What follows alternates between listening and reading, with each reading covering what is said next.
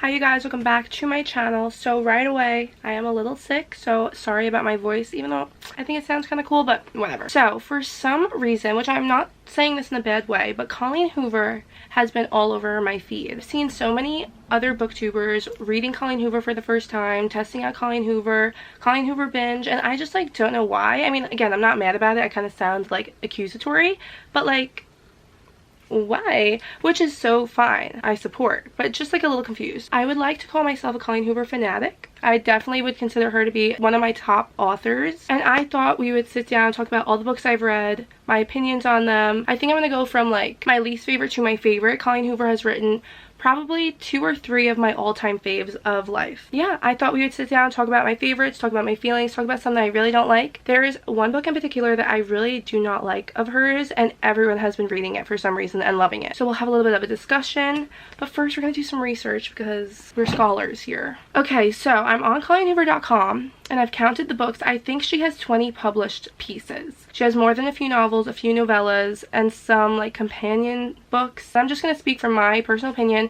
Again, you have to try out these books even if I don't like them. Even if I love them and you don't like them, it's okay. Everyone has different opinions. What I look for in a Colleen Hoover book, or just in most books, is I'm a romance girl. If there is not a romance to fall in love with and obsess over, then I just really like, thank you, next, because I just need the romance. That's just my own personal reading style. Even in fantasy books, I need the romance to keep me going. I will say, although Colleen Hoover, I think she's considered new adult to adult, she is a contemporary romance author, but all of her books, when you read the synopsis of one of her books, they do sound pretty generic and just like, oh, a contemporary romance.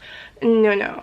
All of her books have a really like underlying subplot that are so hard-hitting, and when you read them and you get to that plot twist, it's like, you know what I'm saying? Like, so don't just go into Colleen Hoover books thinking like this is going to be a cute fluffy summer book. It may be sometimes, but when you get to those chapters, like, get the tissues ready. And we'll talk about all of that. You know, let's just get right into it. We don't need any further research. Of her 20 books that I think she has, I have read 1, 2, 3, 4, 5, 6, 7, 8, 9, 10. Okay, so I've read half of her books. We're gonna go, like I said, in order of the books that I don't really like and to the all-time faves. Quickly, I will mention the books I have not read. I'm not gonna tell you the synopsis of those because I don't know them, but I will leave her website link down below. We have Finding Perfect, which I think has to do with the Hopeless series, Regretting You, which is her newest release, Verity, Too Late, Never Never, the completed series, This Girl, which is in the Slammed series, Point of Retreat, which again has to do with the Slammed books, Losing Hope, Finding Cinderella, and Hopeless. I have not read any of the Hopeless books. I do own Hopeless, and the companion book is Losing Hope, which is basically the story told in the male's perspective. Getting right into the ones I have read, I did not like this book. I think maybe I shouldn't be doing this because I literally don't know anything, but I think this is her first published book. Who really knows? I read this after reading all of the other books, which I love, and I think my expectations were really high. Obviously, as an author, you just grow with every new release, and I just did not like this. I think it's about slam poetry. The fact that I don't even remember kind of speaks for that. I don't remember what this was about, but I remember not really liking it, so we're not going to focus too much on this. It Ends With Us by Colleen Hoover. For some reason, this is the book that I've seen a lot of people are reading recently, and like, I just don't understand because I like close to hate this book. So in this book we follow Lily, and Lily forms a relationship with this boy named Ryle, and then as we're following this current relationship, a boy named Atlas from her past kind of re-enters her life, and as we're learning about how she's living currently, we kind of see flashbacks of Lily and Atlas, like when they met when they were younger. Atlas, I will marry him.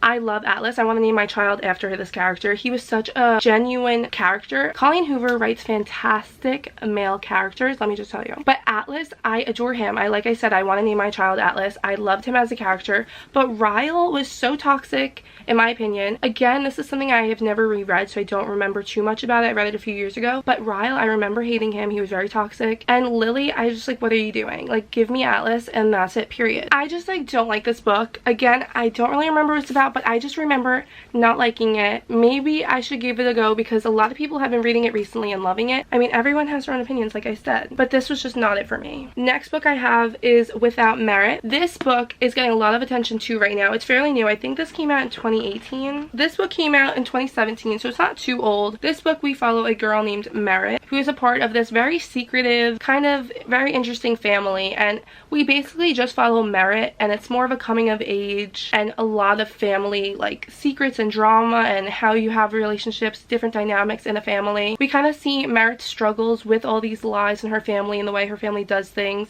There is a relationship in this story that Merit's kind of pulled between two worlds. Does she want to go with this boy or her family? Kind of just focuses more on character development, family dynamic, self-growth, and relationship growth. So although this was a really great read, again, I'm more of like the romance kind of girl, and the romance wasn't the premise of this book, which is so fine. I did enjoy it, but for my reading style, I wouldn't pick it up again. But if you do like family drama, character development of oneself, definitely look into this if you want to get into Colleen Hoover, and I think you'll enjoy it. So I have 7 books left to talk about, and of those 7, the one that I am going to talk about as my least favorite is going to be Confess. The only reason I'm saying this is because I've never reread this one, and I think this was the first Colleen Hoover book I picked up, so I don't remember it exactly, but we follow a girl named Auburn. She meets Owen. Owen's an artist, and he kind of accepts anonymous confessions and then paints them, and Auburn needs a job, so she works for his studio. Majority of this book takes place in one night, which I absolutely loved. I didn't think I'd be into that, but Colleen Hoover really has a way with words, and she really got me. It obviously pushed me to keep going with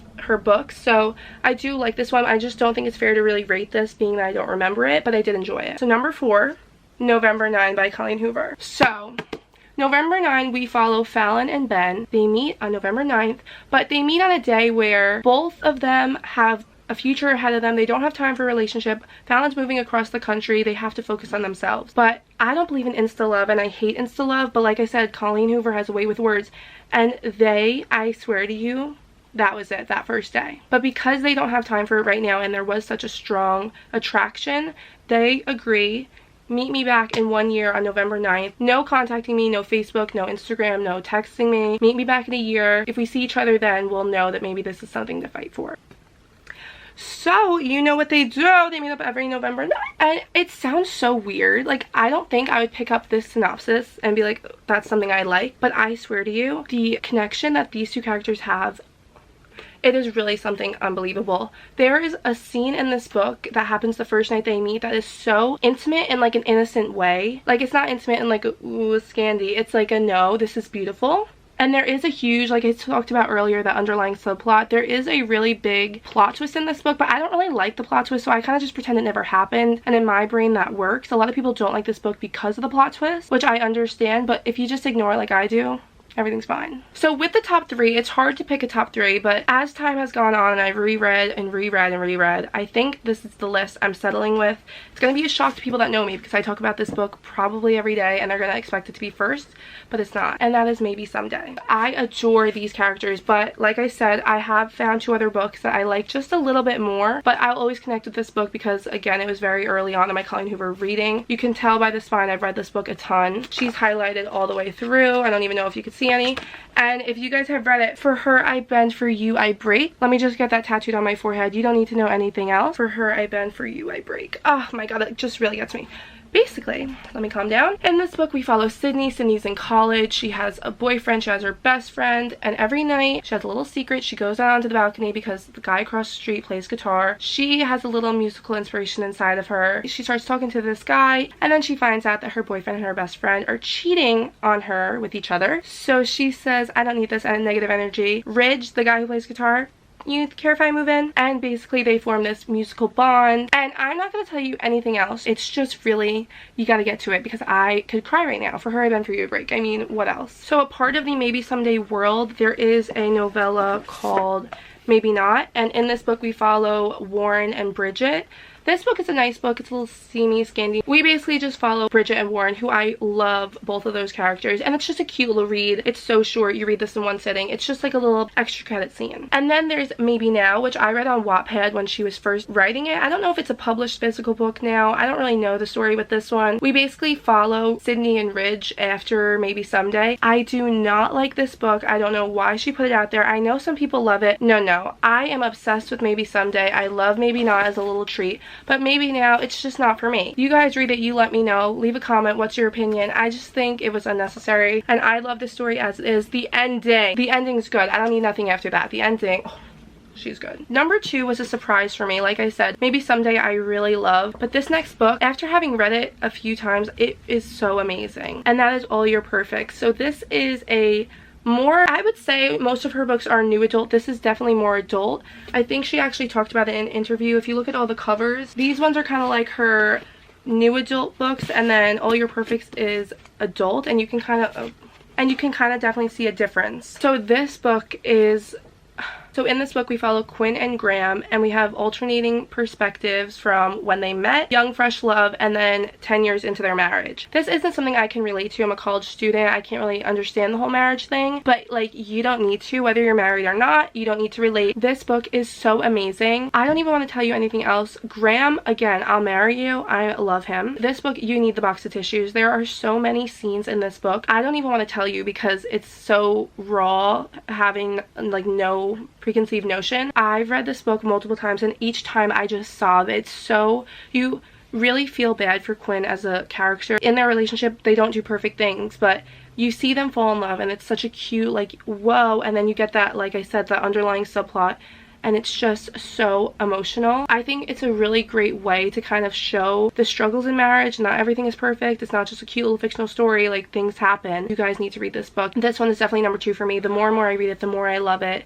She really hit it out of the park with this one. With these top 4 books, I do love them all. They're all 5 stars to me, but I just have to crown, I have to give it to Ugly Love, number 1. Ugly Love! Okay. We are following Tate and Miles. Again, Miles, you want to propose to me, I'm ready. So, Tate moves in with her brother, and the guy across the street, her brother's best friend, Miles, he's this arrogant pilot. She wants nothing to do with him. He's not too interested in her, but there's that nice little attraction they have. So this is kind of like no strings attached. Obviously, that's not going to work. We've seen the movies. Miles kind of says to her, it's on the back, I got 2 rules. Never ask about the past, and don't expect a future. I mean, like, are we gonna listen to that? No. It's alternating timelines, so you see current day, and then you kind of see flashbacks, and you kind of understand why Miles has set those rules out, and why he is the way he is.